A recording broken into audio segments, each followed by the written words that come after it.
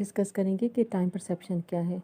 जब हम टाइम की बात करते हैं तो हमें डेली लाइफ में हम टाइम को आसानी से परसीव कर लेते हैं कि ये सोने का टाइम है, ये खाने का है, ये पढ़ाई का टाइम है।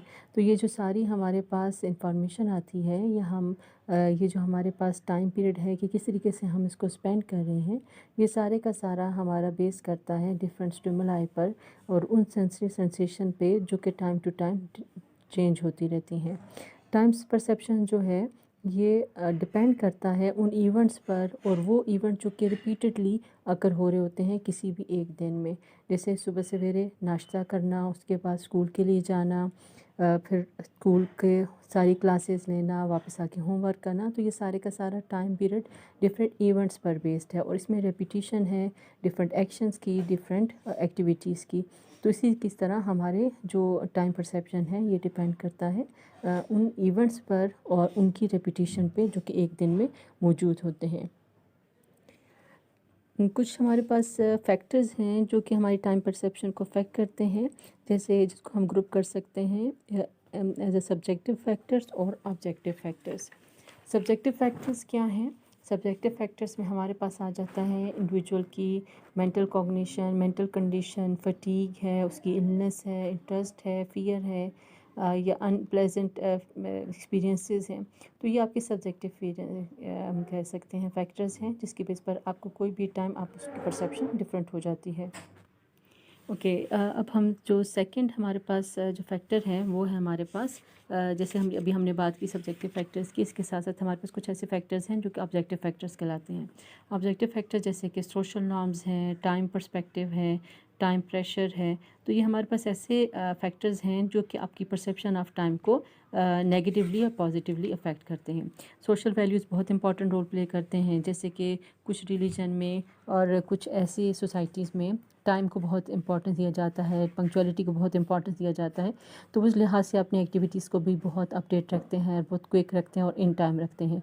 इसी तरीके से हमारे पास अगर हम बात करें तो हमारे पास टाइम परसेप्शन के लिहाज से ऑब्जेक्टिव फैक्टर्स में कुछ ऐसे फैक्टर्स भी आते हैं जो कि अगर हम विद पर्सपेक्टिव टू एनिमल्स अगर हम चेक करना चाहें, जैसे बर्ड्स में तो एक ख़ास टाइम पर वो माइग्रेट करते हैं, या जैसे कि एनिमल्स में है एक ख़ास टाइम पर हाइबरनेट करते हैं। तो ये जो सब के सब ये जो हमारे एक्सपीरियंसेस हैं ये टाइम परसेप्शन पर बेस्ड हैं। अब हम बात करेंगे डेप्थ एंड स्पेस परसेप्शन की। डेप्थ एंड स्पेस परसेप्शन से मुराद हमारे पास वो पर्टिकुलर कॉग्निटिव प्रोसेसेस हैं जिसमें हम किसी भी स्टिमुलाई को उसकी विड्थ के लिहाज से, लेंथ के लिहाज से या डायरेक्शन के लिहाज से हम उसको परसीव करते हैं। इसको स्पेस परसेप्शन भी कहते हैं या डेप्थ परसेप्शन भी कहते हैं। डेप्थ परसेप्शन एक बहुत ही इंपॉर्टेंट एबिलिटी है जिसकी बेस पर हम कह सकते हैं डिटर्मिन कर सकते हैं कि हमारे एक्शंस कैसे हो रहे हैं, और यही हमारे पास एक इम्पॉर्टेंट एबिलिटी है जो कि जजमेंट करने के लिए कि हम किसी भी चीज़, किसी भी जगह की डेप्थ का या डिस्टेंस के बारे में हम पता करा सकते हैं। अगर हम बात करें तो डेप्थ परसेप्शन जो हमारे पास डिस्टेंस परसेप्शन है मेनली बेस करते हैं दो इम्पॉर्टेंट रीज़न पर। एक को कहा जाता है कि ये हमारे पास वो क्यूज़ होते हैं जिसके बेस पर हम एनवायरनमेंट को जो इनको ऑलरेडी हम जिनके बारे में इंफॉर्मेशन है उसके स्टिमुलस और उसके पर्टिकुलर फिज़िकल जो क्यूज़ हैं उनके बेस पर हम परसीव करते हैं। और सेकेंडली हमारे पास आता है प्रॉपर्टीज़ ऑफ विजुअल सिस्टम, और इसमें हम बात करते हैं वो क्यूज़ जो कि हम अपने विजुअल सिस्टम की बेस पर हम डेवलप करते हैं।